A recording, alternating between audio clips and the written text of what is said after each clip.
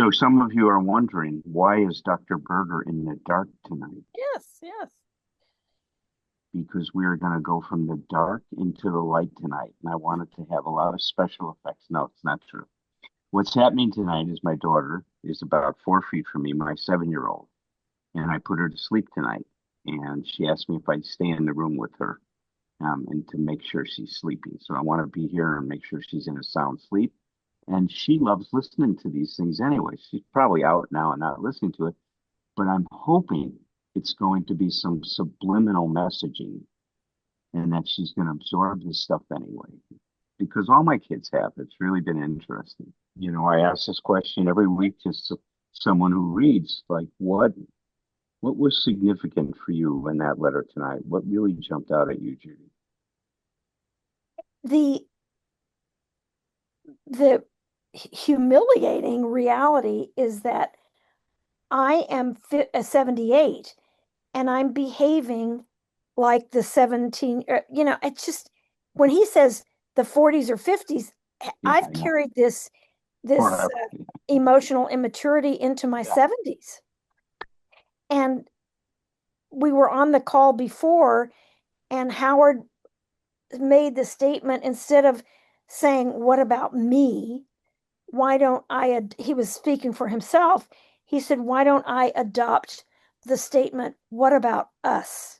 Mm. And it just hit me because I'm so aware, with the help from all of you guys reminding me of to be kind and to my husband and I have been married for 55 years and we're a team. We're not going anywhere. And I need to be mindful of what about us? Not just what about me, but what about us? So I, this hits me right on the head and in Yeah. the heart. But what jumped out to me tonight was the word balance. And Yeah. in the way that I've been talking about this lately is that balance being able to act for ourselves without being selfish. And then on the other side of that coin, being able to act for others without losing ourselves.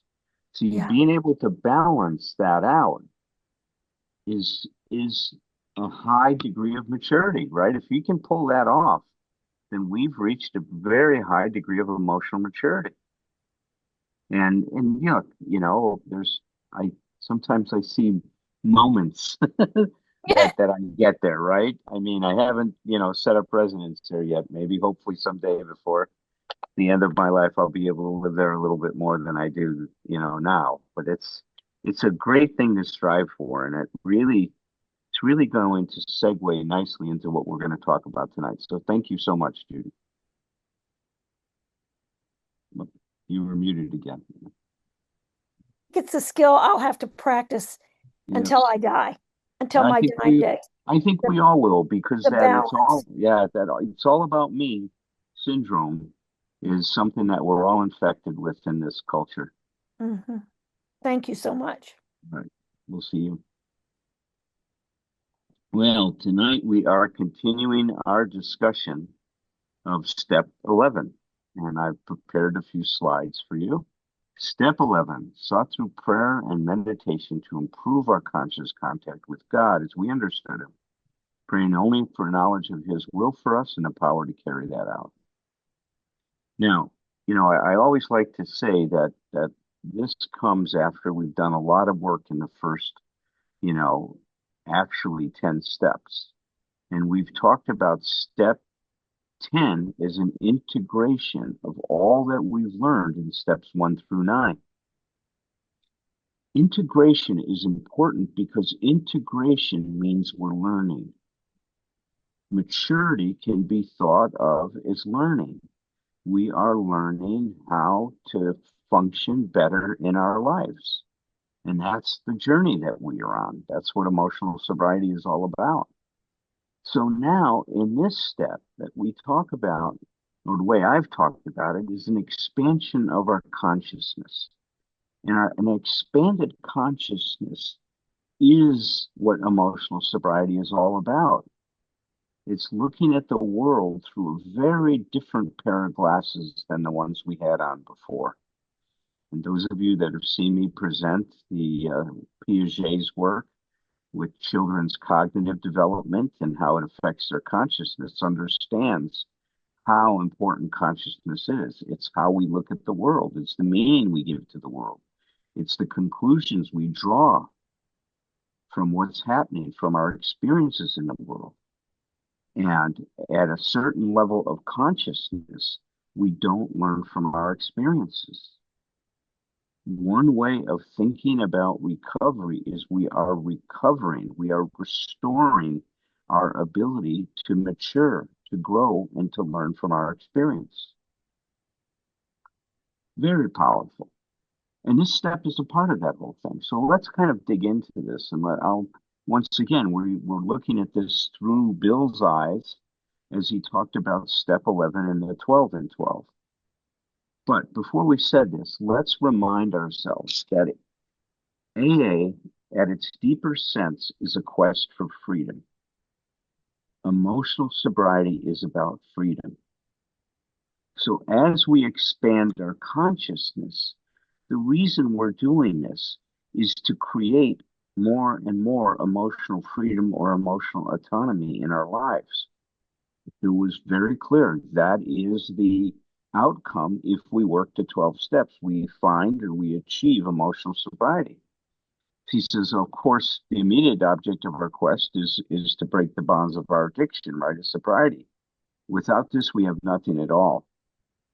But after we get the plug in the jug and we're no longer being obsessed and experiencing a compulsion to drink or use or to act out in any kind of way, then the next quest for freedom is this emotional freedom. And that's what Larson described as the first step. First one was a desperation around our addiction. The second one is now a concern about how our emotional dependence creates unmanageability in our life and makes it impossible for us to know what a true partnership is all about. The second passing of the steps is when we start to focus on our emotional sobriety. So here's what Bill said. And when we turn away from meditation and prayer, we likewise deprive our minds, our emotions, and our intuitions of vitally important support. You see, one of the things that we know is true about recovery, that if you're not moving forward, you are not just at a plateau. You actually start to regress. You know, you've heard Herb quote, Dr. Harry Tiebout many times, that our egos have an uncanny way of regenerating themselves, right? Because they do. We can quickly slip back to our old ways.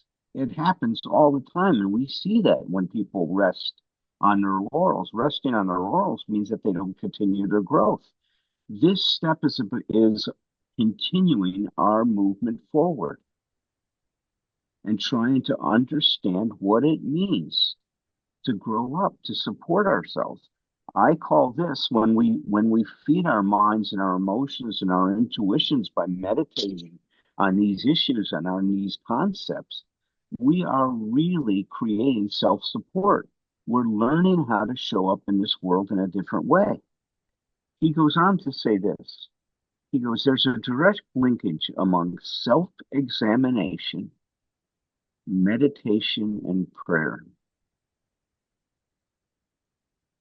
As we know, our ability to look at ourselves and be honest with ourselves and to examine ourselves and our motives and really question and be curious and question our behavior and what's going on when we're upset is critical to learning about our emotional dependence and also what our expectations, our demands, and all of those things are that create an unhealthy dependence in our life.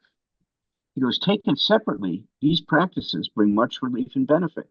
Any one of them are powerful in their own right. But when they are logically interwoven, and this is what Herb talks a lot about in his book, right? When they are logically interwoven, the result is an unshakable foundation. You can think of emotional sobriety as creating an unshakable. Now, that's the ideal. We're always going to be knocked off balance. But when it's unshakable, it means that we can recover our balance a lot quicker when we're knocked off balance.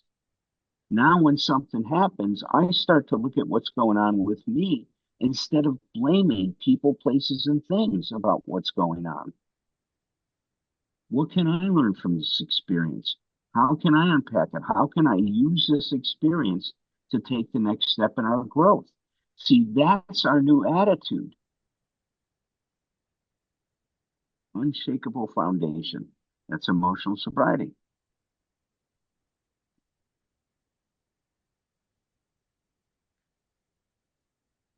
As then he goes on to say in step 11, as we have seen, self-searching is the means by which we bring new visions, actions, and grace to bear upon the negative and dark sides of our nature. We're talking about dealing with, right? The dumb and raging hidden Mr. Hyde, right? We're talking about dealing with the king baby, the queen baby, the part of ourselves that's emotionally dependent, and how that part now shows up in our life and makes unreasonable demands of ourselves, of others, and even unreasonable demands of life itself. I love what somebody said in one of Herb's workshops. You know, I'm into the point in my life where I take reality personally. I mean, think about that, how outrageous it is. We take reality personally, like it somehow has something to do with me. Oh, okay. Talk about self-centeredness.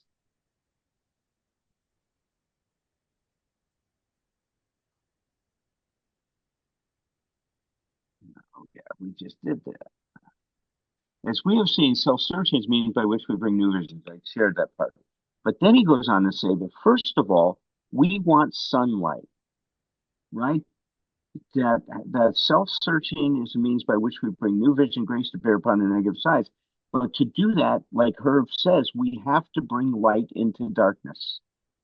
And he goes, first of all, we want sunlight. Nothing much can grow in the dark. Meditation is our step into the sun.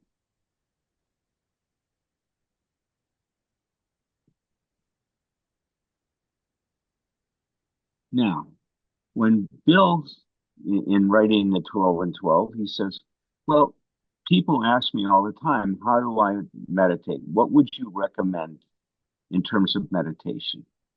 And so what he recommends doing is taking the St. Francis prayer and reading it a line at a time and really letting it sit with it, letting it really resonate deep inside of yourself and praying for the meaning that it might have in terms of your growth and development.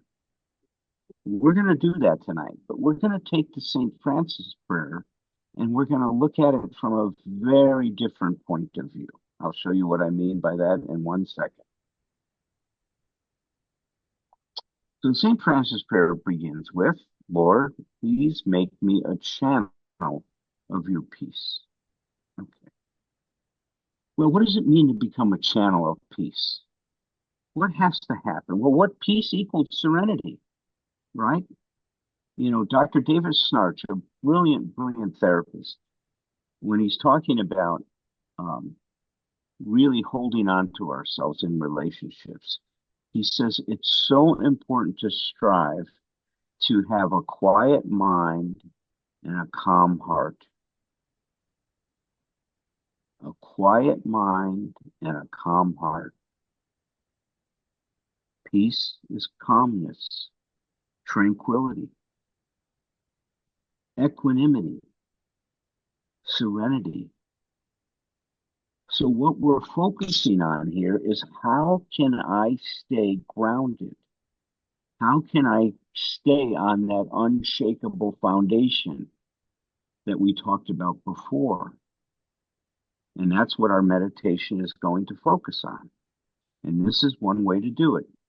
We're going to take each of these parts from the St. Francis prayer and we're going to talk about them. from a different point of view. So he goes on to say that where there is hatred, I may bring love.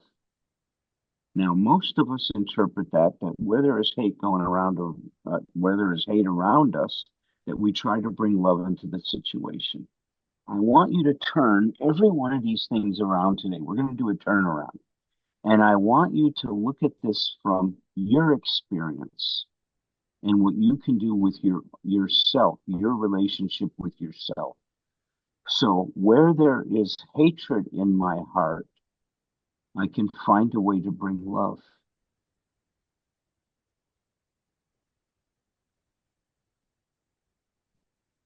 That where there is wrong in my heart, that I may bring a spirit of forgiveness, even to myself, where I feel I've been wrong. How can I bring a spirit of forgiveness to myself, not just to others? Remember, I'm talking about the turnaround here, is to look at this in relationship to ourselves. That where I have done something wrong and I'm upset about myself and I'm ashamed and I've been beating myself and hating myself, how can I find forgiveness?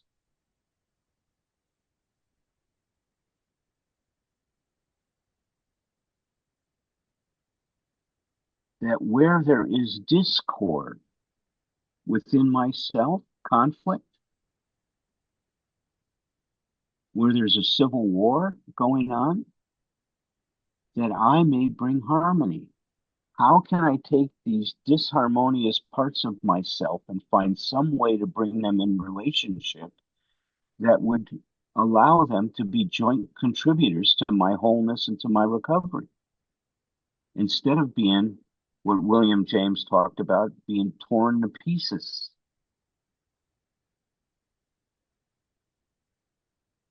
That where there is error, not out there, but within me, that I can start to bring truth.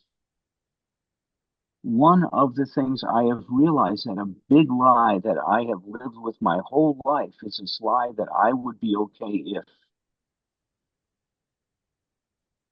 I would be okay if I was something other than who I am. I would be okay if this happened for me or if that happened for me. I pursued these things. My God, when I started to see the truth, I've been, you know, chasing a squirrel up the tree. It's not going to get me to where I want to go in any way.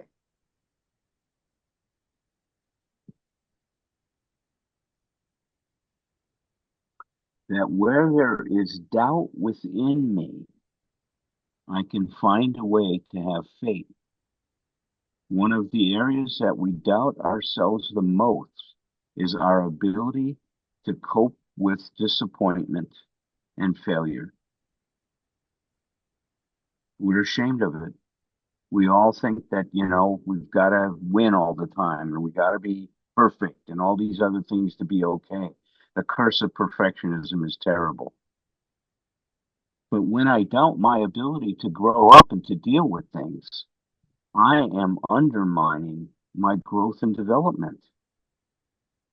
Virginia Satir says this beautifully. She says, when she has a problem, she draws a big circle and she puts her name in the middle of it. Virginia Satir was a master psychotherapist, brilliant family therapist. And she says, so when I have a problem, I draw a big circle, I put my name in the middle. Then I start to ask myself the following question. She goes into an inquiry.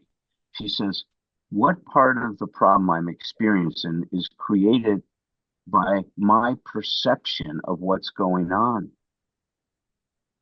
by my conclusions that I'm drawing, or the story I'm making up about what's happening? What part of my problem is being caused by my expectations? And then the final thing she said, which hit me right in the eye, is what part of the problem I'm having right now is due to the fact that I do not have faith in my ability to grow and to grow up and to learn how to deal better with these things. Wow, that was right on for me. Where I feel despair, I may bring hope. How can I tackle with the parts of me that feel that things aren't going to change, that maybe everybody else gets a break, but I'm never going to get that? That where there are shadows within my person, I may bring light. You see, when we flip this around and look at the St. Francis prayer from this perspective, we are being given a guideline to emotional sobriety. Let's go on with this because that's not the ending of it. That where there is sadness within me, I can find a way to create joy. How many times do I see people focused on what they don't have or what's not there inside of themselves instead of what there is? Herb talks about it is when we started to talk about this self-esteem issue, you start to realize that there's not many people have self-esteem. How can I feel good about myself if the reputation I have with myself is so poor? And that's what self-esteem is all about.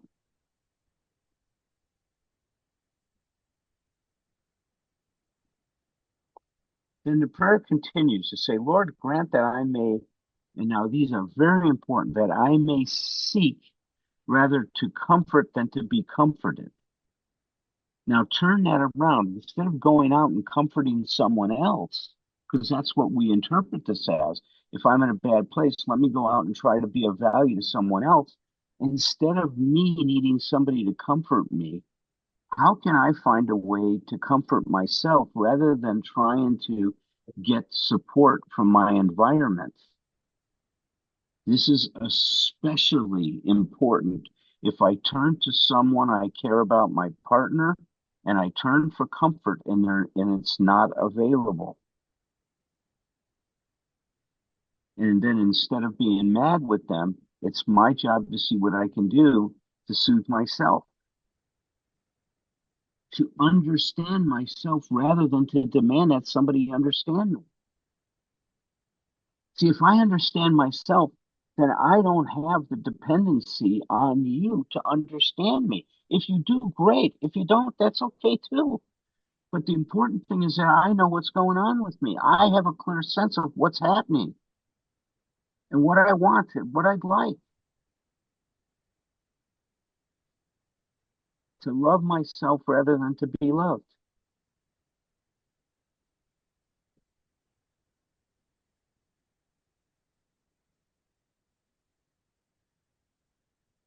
For it is by self-forgetting that one finds.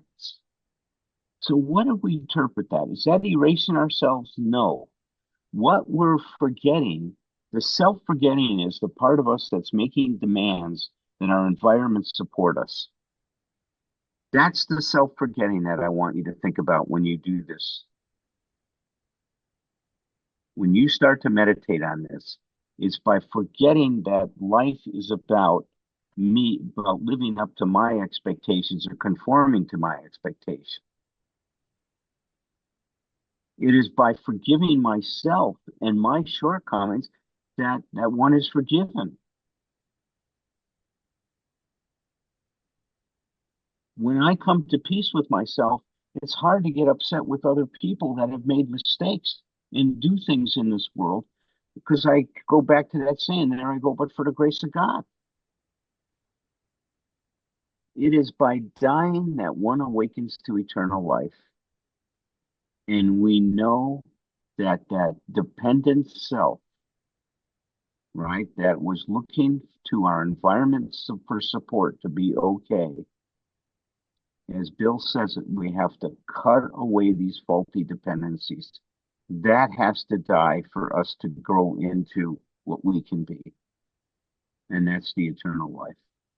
You started off by talking about consciousness, and that's such the relevant issue here with our emotional sobriety Thanks. effort right at the beginning, emotional sobriety. The bullseye is consciousness. And then connecting to step 11, the bullseye is consciousness, but the bullseye of the bullseye is what Bill says at the end of the steps. And this is everything you said, Alan, wonderful for all of us to be remembered in terms of our own personal darkness and developmental challenges and efforts, etc. But sometimes I'm I listen to what we do in this emotional sobriety, and I think it as a parallel to a spiritual bypass phrase that we heard, that sometimes we don't use language that's seductive in maybe psychological bypass. Because the heart of step 11 is not about my consciousness. The heart of step 11, the absolute sine qua non, the assumption underneath it is that there is a power, this mystery in the universe that's deep inside ourselves. And I just checked it out in the book at the end of the steps on page 60. It says, item B, no human power. That means mine. That means my therapist. That means my counselor. That means my teacher. No human. I mean, I was confronted with this at 10 years of sobriety in the best way I had decided to engage a person to take me through the steps again, and decided it was going to be a very contemplative process, not a quick one, because I had no real issues at the time, but I knew that there was more, suspected there was more. And he asked me two questions. What is it that I believe? Well, you know my background. I was able to write a wonderful treatise on what I believe. It was beautiful, poetic, theologically very sound. But the next week, when I read it to him and he patted me on the head, he said, now go home and write out, okay, how do you behave in light of what you just wrote that you believe? And at 10 years of sobriety, having some robust spirituality, I was embarrassed. There was not a direct correlation or a consistent correlation with how I behaved and what I said I believed. I believed I believed. And it brought me to investigate and to come to a whole new experience of, oh, this is about the mystery of a power that surrounds me and saturates me like air. And I can't get my hands on it. But I make an act of faith that it is real, and I live my life as if it's real. And that's where meditation comes in terms of the human development of consciousness, connecting to that consciousness that you talk about it in the acorn oak tree, the organismic life force. And there's the purpose of meditation. There's the purpose of bringing the light in to dissipate the darkness that is in me, part of me. That's my human nature, not a negative statement, just an observation of reality. Yeah. And the more I practice and effort at conscious contact with consciousness itself, somehow my consciousness expands. Thank you. Well, that is I think that looking at the acorn in the oak tree, right? Karen Horney calls that the real self. That force that grows us when we have the right conditions. And see, this is the great thing I think about humanity. So many species on this planet, well, they have some remarkable adaptation abilities. We see that a tree can grow in very unusual ways given what's possible in that situation that they're in. We see that with all kinds of species. But as humans, we are specifically given a gift to be able to be unbelievably um, adaptive and creative in terms of finding solutions challenging situations. We see it. I mean, you see it in our society, how complex it's become. We've gone from a very simple, way of being in this world to a very complex thing. Maybe we've even outthought ourselves. I don't know about that. But that's the force, you're right, Herb, is that when we start to sit with that, that's what calls us to continue this work, I think, that continue the development and the excitement about it, because we constantly being more truth is being revealed to us, more understanding is being revealed, more possibilities are being discovered. I mean, Rumi said, where is it with one rose you can get a whole rose garden? Well, right here. That's where. That's what this is about. So I thought that what you said was right on.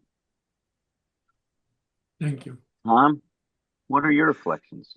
Well, I love what you both are saying. It's to me, and the one word I wrote down that you both used is connection. And I think in terms of what is meditation. Well, it can be can be any number of people have different takes on it. But to me, I think about it's about connection. It can be connection to ourselves, but what Herb's talking about is connection to something greater, something bigger, and beyond. And it's like and I it it's where word and I think you've kind of indicated this too, Herbie. It's like it's where words start to fail us. It's like so there's always to me there's always a disclaimer that comes with the what like whatever I'm getting ready to say, it's not going to be exactly what I mean. It's a little bit like describing a dream. So I say, I had this dream and I was in San Francisco, but there was the Empire State Building there, and Herb, you were there, but you really weren't Herb. And I explained for a while, and then I go like, but that's not it. And so this is where we get into the greater connection. The It's interesting. I read a book called My Stroke of Insight and I wish I could quote her name. I've forgotten the name. A doctor who's a neurologist, who's a brain doctor who Yeah, had a, it's a great a book. I read it. yeah, Yeah, a it's hemorrhage. She had a Bolte. hemorrhagic a stroke that took out her whole left brain, and she describes over a long period of time her experience in being only right-brained, and it's all about connection. It's all about boundaries dissolve. It's all, and so much so when she was getting left brain stuff back, she made a decision to try to keep some of the things out.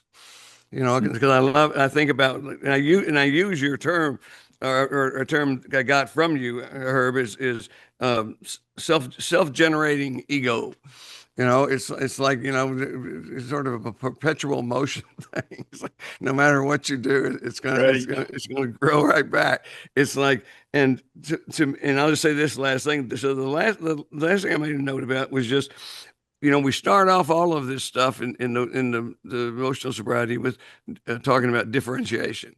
And here we are again with a really powerful place of differentiation. And to me, it's a differentiation between that self-generating ego and Yeah. spirit. I use words like spirit. I use words like intuition. It's like, people can use words like, it's where well, I know I may not being very clear here, but it's like I can't remember exactly how you said it, Herb, but you said something about this. This isn't about just one more time we look at ourselves, but then you also said something about, but this is within us. And so that's, to me, that's the part that's very interesting and I love. It's like, yes, it's us from I call the step 11 the step of moving from the inside out, where it's about expanding and connecting It's to not, other yeah, folks. yeah, Go ahead. it's me, but it's not just me, right? It's just like No, it's me this and me with the as a part of all. Yeah, yeah, yeah, me with yeah, the connection. yeah. That's great. Yeah, the expansion of me. What I love about the St. Francis prayer and this idea of self-forgetting, it's to for me it was forget about the false self, right?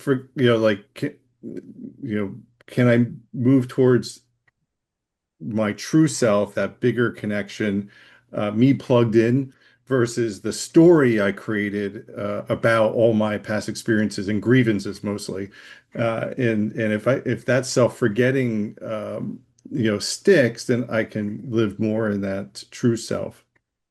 I also really identified with uh, this idea of turning it inwards. It reminded me, I don't know the proper clinical term, but it was a lot of self-parenting was because how I was directed to do some healing work for myself, in my second phase of recovery. It was like, well, my parents failed me. I'm all I have left. So, I should learn how to self-parent, and that means self-forgiveness and self-love, and start to turn the light on inside of myself. And that's again with possible because of the connection I gained from 11 with expanding my conscious contact. So, I appreciate how this stuff all comes together. The words I change in the St. Francis prayer is the very end. And it says, awaken to eternal life. And I go, yeah, no, no, I'm not one bit interested in eternal life. Thank you. I have no idea Right. what's on the other side. I don't know whether there is another side, but I Right. am real interested in this side. So awaken to this life, awaken to my current life, be as awake as possible today. Now. Right, right, yeah, Yeah. absolutely. Yeah. Yeah. Well, Tom, I'm sorry you didn't get to rest, but I appreciate your input and glad you weren't on the couch. Yeah, Alan hooked me in. I was like, all right, this is a good one. Let me stick around for it. I had a seventh grade English teacher who I handed in many papers late. It was my budding alcoholism and drug addiction, and he had let me see if I can find the quote now. There was a quote by I think it was Benjamin Franklin. It was like. Up young sluggard, there's sleeping enough in the grave. So I thought about that. It's like I could be here now involved in this conversation. I could sleep later.